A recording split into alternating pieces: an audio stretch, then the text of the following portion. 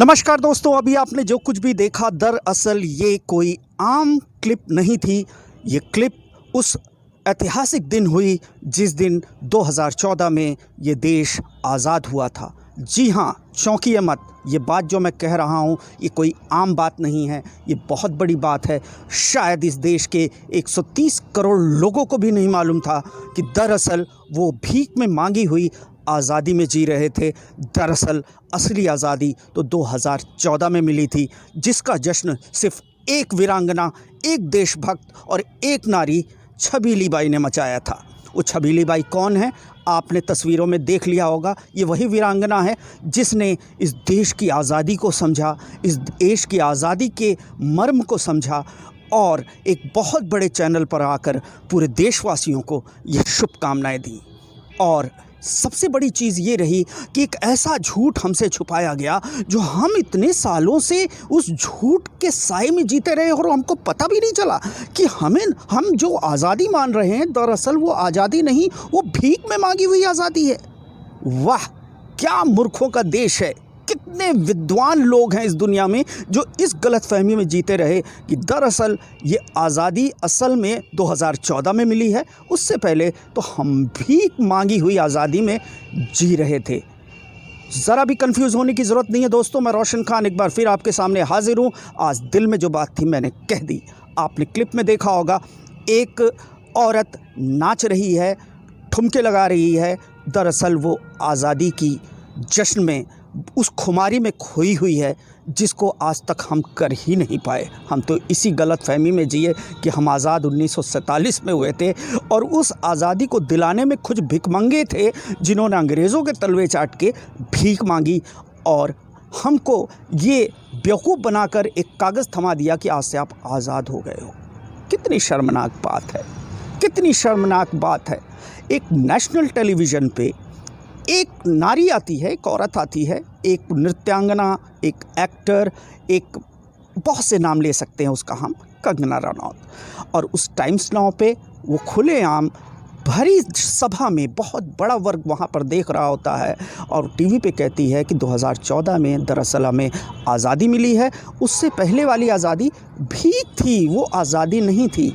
यानी वो ये कहना चाह रही है कि इस देश में जिनको हम स्वतंत्रता संग्राम सेनानी या शहीद कहते हैं वो असल में भीख मांगने वाले लोग थे, जिनमें कुछ नाम हैं, माफ़ी के साथ मैं लेना चाहता हूँ। सबसे बड़ा नाम महात्मा गांधी, भिखारी नंबर 1, जवाहरलाल नेहरू, मोतीलाल नेहरू, सरदार भगत सिंह, उधम सिंह, उसके बाद चंद्रशेखर आज़ाद हों, अशफाक उल्लाह खान हों, उसके बाद जितने भी नाम आ रहे हैं आप याद कर लीजिएगा, जिनको हमने इतिहास में पढ़ा कि हमारे हीरो थे। दरअसल इस औरत की वजह से हमको ये पता चला कि दरअसल वो हीरो नहीं, वो भिखारी थे।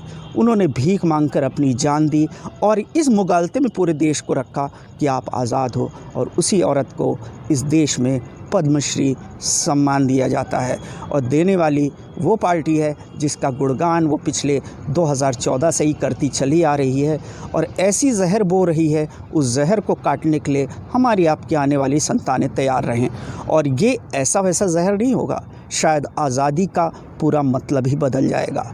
देश के हालात क्या होंगे ऐसे लोगों की वजह से, इसका ईश्वर ही मालिक है। लेकिन समझने वाली बात यह है कि आज जुमा था, फ्राइडे का दिन था।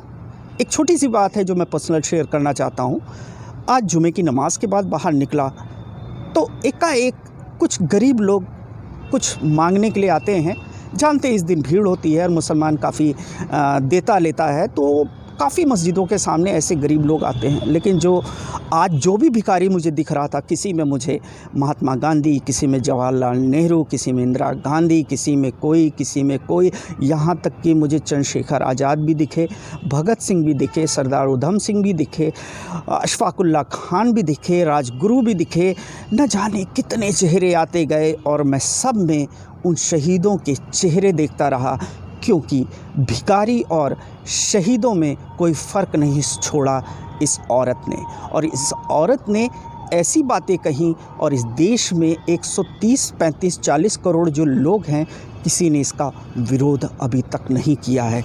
ऐसी औरत को पद्मश्री दिया गया, उसको तत्काल वापस लेना चाहिए।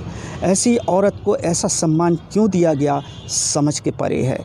क्योंकि कंगना रनौत से भी अच्छी एक्ट्रेसेस अभी हैं हमारे बीच में जो शायद इस उपाधि को, इस अवार्ड को नहीं मिला है। क्यों दिया गया, जग जाहिर है। चाटुकारिता करती रही, हमेशा करती रही। किस प्रकार से इसने जहर घोला पूरा ज़माना देखता रहा।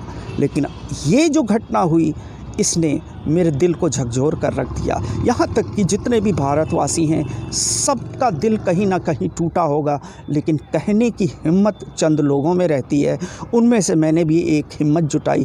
मैंने कहा नहीं, ये हमारे शहीदों का अपमान है, जिनके बलिदान से आज ये देश आज़ाद हुआ है। उस आज़ादी को अगर कोई भीख कहता है तो इससे बड़ा अपमान देश का दूसरा हो नहीं सकता। इस देश का जो अपमान हुआ है, विश्व पटल तक ये बातें गई हैं।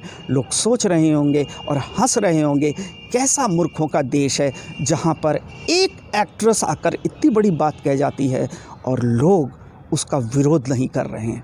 शर्म आनी चाहिए हिंदुस्तानियों। हमारे पूर्वज हमारे लिए जो दे के गए, आज एक सेकंड में इस औरत ने उसको ख़त्म कर दिया।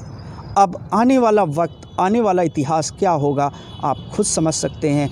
किस प्रकार से भाजपा की एक युवा नेत्री ने कुछ दिन पहले एक वक्तव्य दिया था एक टीवी प्रोग्राम के दरमियान कानपुर में कि दरअसल ये आज़ादी हमें 90 साल यानी 99 साल की लीज़ पे मिली है, ये पूरी आज़ादी नहीं है। वो पहला वक्तव्य और ये दूसरा वक्तव्य। अब तीसरा, चौथा, पांचवा वक्तव्य कैसा आ सकता है इन बेवकूफ़ों की तरफ से, उसको सुनने के लिए तैयार रहिए। आज नहीं, अगर आप कुछ कहेंगे तो शायद आने वाले दिनों में हमको यही पढ़ाया जाएगा। दरअसल महात्मा गांधी, जवाहरलाल नेहरू, सरदार भगत सिंह, सरदार उधम सिंह, अशफाकुल्ला खान, चंद्रशेखर आज़ाद, राजगुरु, सहदेव, दरअसल ये क्रांतिकारी नहीं, ये भिखारी थे।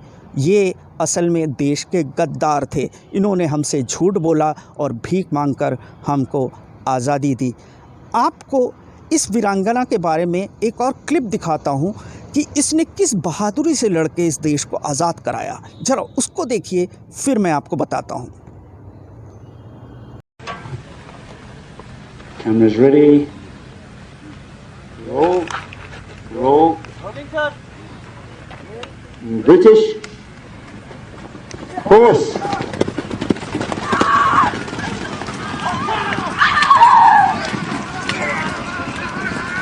And cut.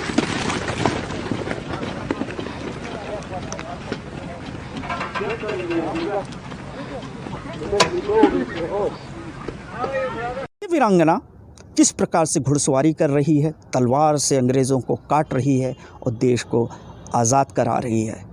वाकई बहुत दुख होता है ये जानकर, ये सुनकर कि हमारे देश में ऐसे लोग भी हैं जो किसी ऐसे चीज़ों को लेकर सामने आ रहे हैं जिससे हमारे लोगों पर क्या असर पड़ेगा, विश्व पटल पर दुनिया में क्या असर पड़ेगा, इस तरफ कोई ध्यान नहीं दे रहा है।